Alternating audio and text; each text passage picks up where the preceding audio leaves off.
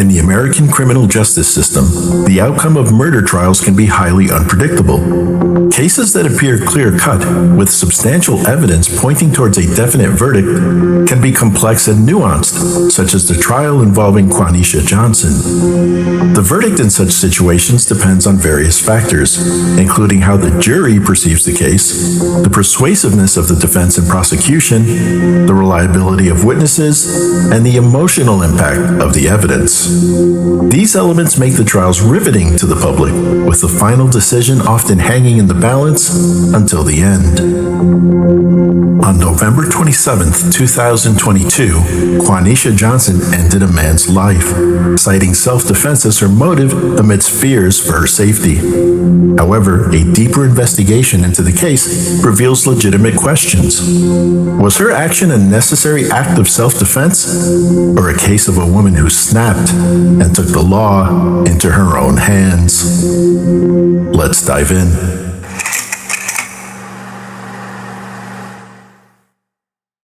Quaneesha Johnson is a 30-year-old behavioral health technician who most recently lived in Atlanta, Georgia. She was born in May 1993 and has deep roots in Philadelphia, where she spent most of her young life. By all accounts, Quaneesha was an ambitious mother of 4, including a 2-month-old baby. On December 1st, 2021, she moved into a 3-bed, 3-bath, 2-story rental property on Edenbury Lane in Lithonia. She was the sole person on the lease, and all utilities were in her name.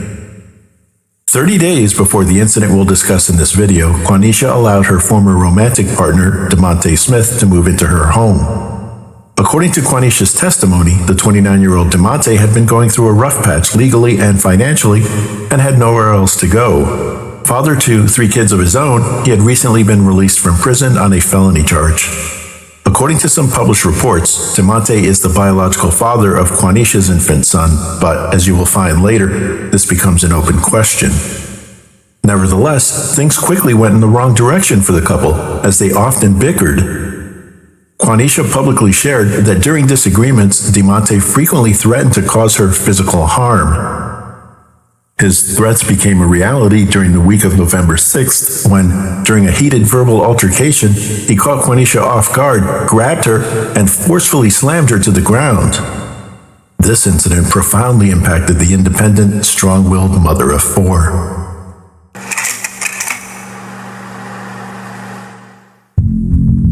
On the evening of November 26, 2022, 2 weeks after being assaulted by DeMonte, friends invited Quaneesha to spend the evening at a nightclub for a birthday celebration. After 9 months of pregnancy and working full-time, she looked forward to a night out. She left 3 of her children in DeMonte's care at home and assured him she would be back home by 6 a.m. the following morning. Sometime during the night or early morning hours, Quaneesha told DeMonte that she and her friends had gotten into a shouting match with other patrons at the nightclub, which concerned DeMonte. When 6 a.m. rolled around and Quaneesha had not yet arrived or called, he wondered whether the shouting match had become something more significant. But his concern quickly turned to anger when he believed she had switched her phone off. Disturbed by her failure to return home as promised and that Quaneesha was taking him for a fool, he reached out to 2 of her aunts. DeMonte and Quaneesha's family contacted local hospitals and jails to locate her.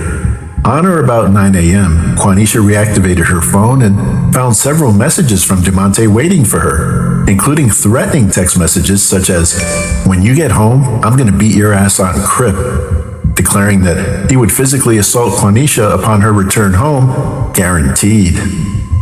With the memory of the previous assault still on her mind, Quaneesha called her aunt and then included DeMonte on a 3-way call. During that call, Quaneesha's aunts overheard DeMonte claim, "Where the F have you been? I've been trying to get in touch with you. And when you get home, I'm gonna F you up." Quaneesha would later testify that she took these threats very seriously and was frightened to go home to DeMonte. Before leaving her current location to return to her house, she called 911 to request a police escort.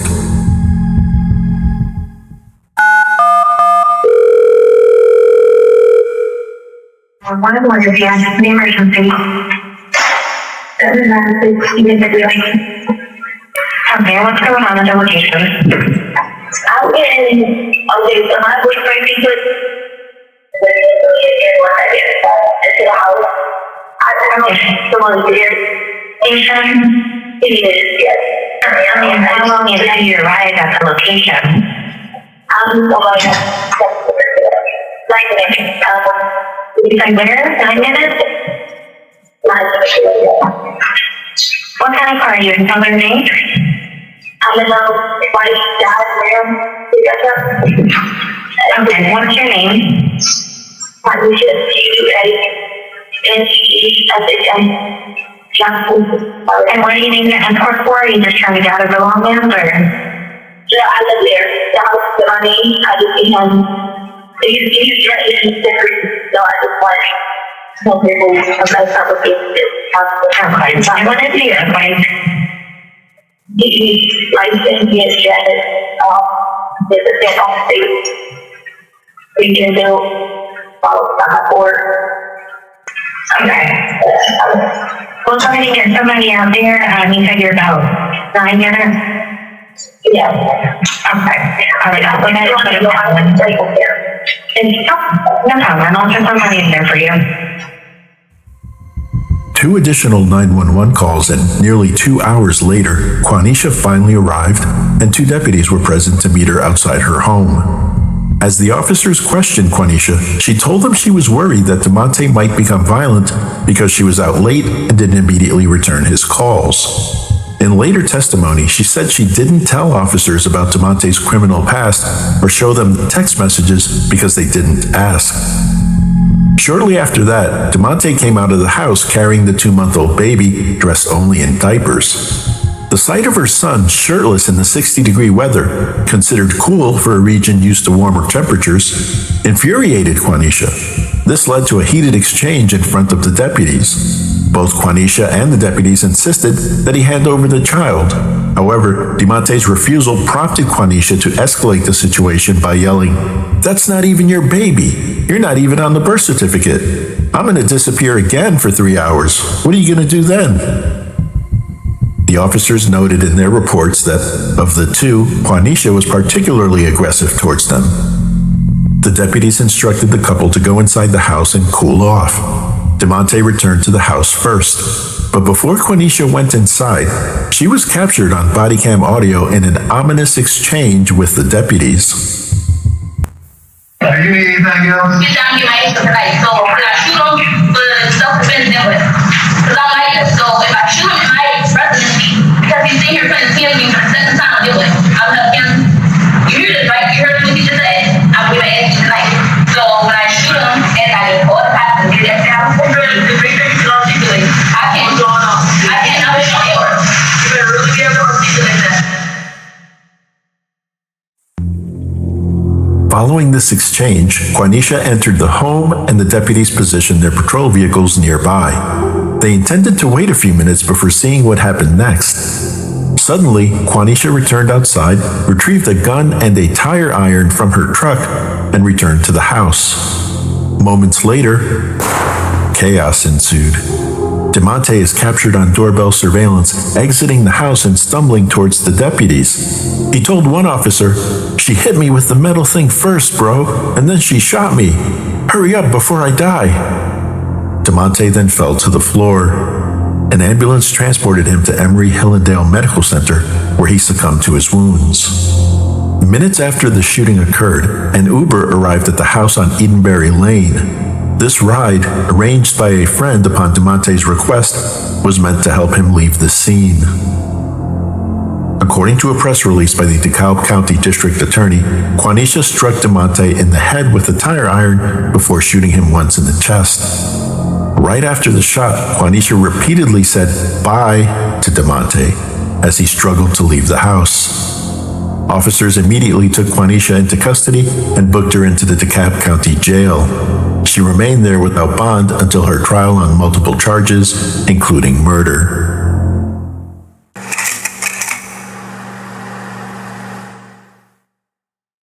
Quaneesha's defense team sought immunity from prosecution under Georgia's Stand Your Ground law, filing a motion accordingly. Judge Shandiana Morris oversaw the immunity hearing on June 20th, 2023, where both sides presented their evidence. The defense brought forward 4 witnesses, including Quaneesha herself, while the state relied on the testimony of the lead detective. However, inconsistencies in the defendant's evidence and contradictory testimonies led to Judge Morris's decision on July 21st to deny the motion for immunity. She concluded that the defense did not successfully justify Quaneesha's use of deadly force. As a result, the case was bound over to trial, leaving it to a jury to determine if Quaneesha was acting in self-defense or cold-blooded murder.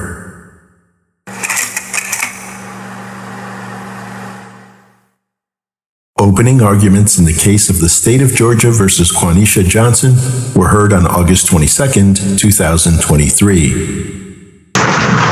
On November 27th, 2022, this defendant went downstairs, she went to her car, she grabbed not 1, but 2 weapons.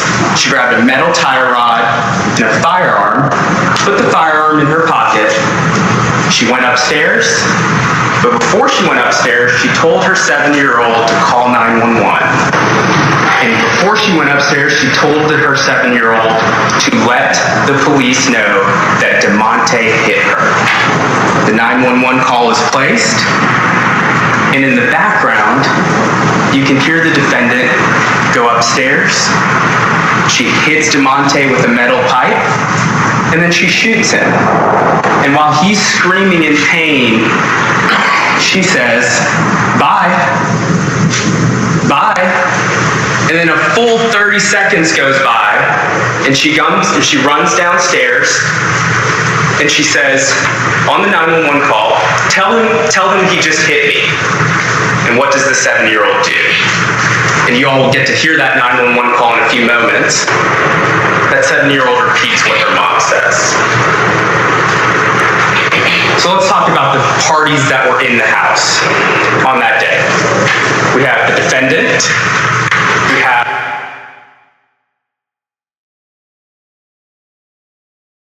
and then we have the victim, DeMonte Smith, and then they have a shared child who's an infant also inside of it. So let's talk about it. So at some point between November 26th and 27th, late at night, the defendant leaves the home and she's out all night. She's clubbing, she's missing for multiple hours, and then she doesn't return to the house till 11 a.m. DeMonte, like I said, is taking care of the 3 children all night by himself and all morning. And at some point in the middle of the night, the defendant reaches out to DeMonte and lets him know that she's been in some sort of physical altercation, or her friends have been in some sort of physical altercation at the club, and that they're going somewhere else, and then her phone dies. And she told him originally, "I'll be back at 6 a.m., and she's not. So what does DeMonte do? DeMonte calls her aunts in Philly, Rochelle and Andrea, and he's worried. And the aunts will testify that they were worried. So based on that physical altercation that happened, they all start calling local hospitals. They all start calling local jails to try to find out, where is she? And then, at 9 a.m., or around 9 a.m., the defendant goes back to her car. She realizes her phone was dead. She plugs it in. She sees messages. She sees calls. So she calls her aunts. And the aunts yell at her, like, "Where have you been? We've been worried about you." And at that point, they 3-way in DeMonte. And DeMonte makes a threat. He says something along the lines of, "I'm going to kick your ass." Now, members of the jury, we're not going to shy away from the threat he made. The defendant heard it, the aunts heard it. I'm assuming you'll hear them testify to it. The detective saw a message. But what I want y'all to pay attention to is the defendant's own statement. Because she made a statement to the police, and you all will get to hear that. And in that statement, she says, "Oh, I was just joking it off. I was laughing it off. I didn't take it serious." And this is 2 hours before she even shows up to the house. But the evidence is going to show what actually happened is she set her plan into play. She was embarrassed in front of her family when DeMonte made that threat, so it's time to get rid of him. Jury, I don't recognize the case that the prosecutor just talked about at all. Quaneesha Johnson pleaded for protection, cried for help, and she was left defenseless by police officers who knew better. She was left defenseless against a serial abuser by police officers who knew better. You see, on the night in question, Ms. Johnson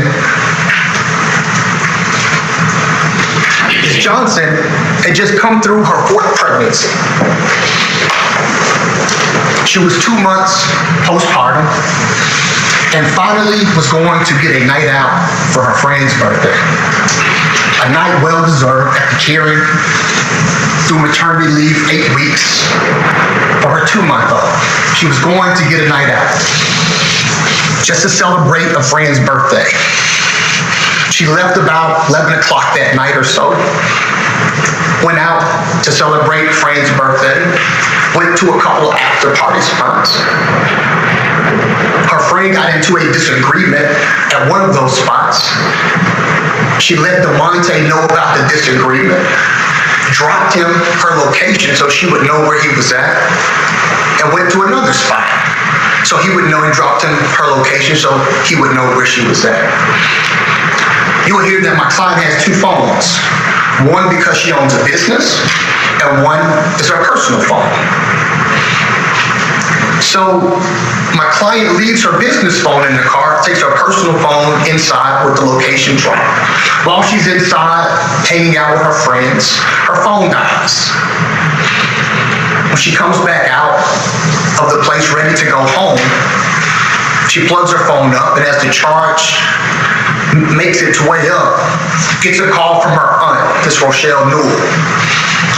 Miss Rochelle Newell says, "Hey, where have you been? We've been looking for you. DeMonte's been looking for you." She says, "Well, I dropped my location so he knows where I'm at." She says, "Well, he's been looking for you. We've called hospitals. We were wondering where you were." And she was like, "Well, I'm right here. I'm headed home." So let me 3-way DeMonte in. And as soon as DeMonte gets on the phone, you'll hear from Rochelle Newell and her other aunt, Ms. Gonzalez. As soon as they get DeMonte on the phone and he asks questions, he in touch with you. She says, "I'm on my way home. I dropped you my location. When you get..."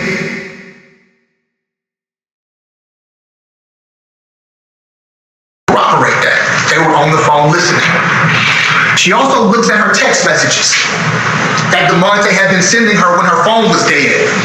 And unlike the prosecutor's categorization of it, he says in those text messages, "When you get home, I'm gonna beat your ass on crib. On crib. I'm gonna beat your ass on crib." That's what he says in those text messages. So what does my client do? She does what the prosecutor, what the state, what every law enforcement agency tells you to do. Don't take matters into your own hands. Call the police. Ask for help. So my client calls the police. Calls 911. You'll hear that 911 call. And she says, "I'm getting threats from my baby's father who's at home with my 3 children. I'm getting threats and I'm scared to go home. I'm in fear." They say, "Well, we'll dispatch an officer to you." She says, "I'm about 30 minutes from home." She's driving home and there's some issues with them getting the address. You'll hear the 911 call. The operator can't quite understand where the address is. And you'll hear that call. And she says, "I'm on my way home. I'll be there." The officer beats her home. And then the officer makes a personal phone call, which was not recorded, to Ms. Johnson's phone, which she got from the 911 operator. Ms. Johnson says, "I'm about 10-15 minutes away. I'm almost there. I'll be home in a second. Please don't leave. I'm scared to go into the house." because of the threats she's received from DeMonte Smith. The officer calls her back and says, I've got to take another call. I've been dispatched. Don't go into the home. Just wait. And what does my client do? She follows the officer's instructions. She gets into her neighborhood, waits in the cul-de-sac for the officer. She calls them back and says, I'm here. This is her second time calling 911. She says, I'm here. And I'm waiting. I'm scared to go in the house. I want an escort. I don't want to go in the house by myself with DeMonte Smith. That's 3 times she calls 911. 2 times. She continues to wait. She continues to wait. She calls 911 a 3rd time and says, hey, I don't know if y'all remember, but I'm the person who was waiting for someone to come and escort me to the house. I got the threats. And this time she says, look, I'm really concerned because he was irate on the phone. And you'll hear from Ms. Rochelle Newell, Ms. Gonzalez, that outside of their conversation on 3-way with Ms. Johnson, they were also texting DeMonte and talking to him and saying, don't put your hands on her again.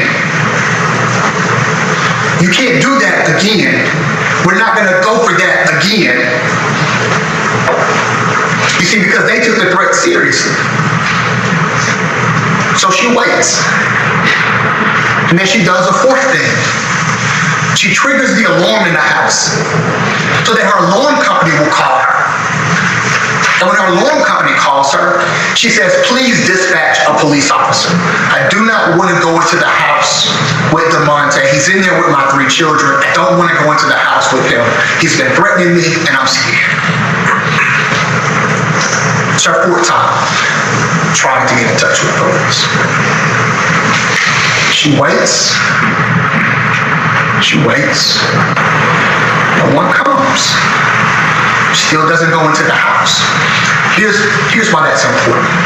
Here's what you will learn why that's important. She had no duty, no requirement to call police at all. Ms. Johnson could have gotten those threats, went in that house with her gun, waited for him to fulfill his promise, and she could have shot him in self-defense. Never called police at all. Never waited for a dispatch. Never done any of that. The importance of that, as you will learn, is that goes to her intent. As the judge just described to you, every crime requires 2 things. It requires an act.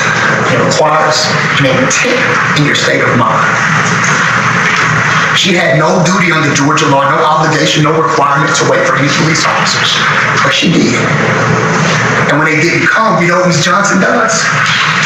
She drives around the corner in her neighborhood. She flags down a police officer, finds one, flags him down and says, I've been waiting for a police officer. I'm scared to go in the home. My 3 children are in there. Will you follow me to my home? And he says, I heard that call. Yes, I'll follow you. And he may have been on his way already, but she flagged him down. While Attorney Shaw presented the state's belief that Quaneesha had already made up her mind to kill DeMonte, Attorney Sterling evoked emotion and portrayed the accused as someone who did everything she could to obey the rules first, only taking action when she felt there was no other choice. The state's first witness was an ex-girlfriend of DeMonte's, who testified that he was planning to come over to her house on the night of his shooting death to get away from the situation with Quaneesha. She had even ordered an Uber ride for him, which investigators corroborated. A great person. He always laughing, caring, very oriented, always laughing, joking. He was just a great person. Did he have a nickname he went by? Dolo. By commenting on DeMonte's good nature, the ex-girlfriend's testimony was deemed character evidence by the court. Attorney Sterling capitalized on this misstep by the state, arguing that discussing DeMonte's background was irrelevant since Quaneesha was the one on trial. But since they spoke of his good character, Sterling appealed to the judge that the state open the door for the defense to introduce character evidence of their own. The judge agreed, marking a significant victory for the defense. The jury then heard of DeMonte's criminal record. highlighting his arrest in July 2022 for possession of marijuana with intent to distribute, possession of a firearm during a felony, and several traffic offenses. At the time of his arrest, he had active warrants for stalking and violating probation, as reported by the Monroe County Sheriff's Office. During the trial, two pivotal moments occurred. The prosecution called one of Quaneesha's daughters to testify, who had previously stated to forensic child interviewers that she witnessed Quaneesha hitting DeMonte with a pole before the shooting. However, while testifying, she changed her account, claiming it was DeMonte who had struck her mother with the pole. The prosecution suggested through their questioning that the young girl might have been coached to make statements in her mother's favor. The second pivotal moment in the trial involved a disputed statement by Quaneesha right after the shooting. Prosecutors and detectives claimed that as she left the house, Quaneesha stated, "I told y'all I was going to do it." In contrast, the defense argued she said, "I told y'all he was going to do it." Reporters had varying interpretations of what they heard when the court played the audio clip multiple times at the trial.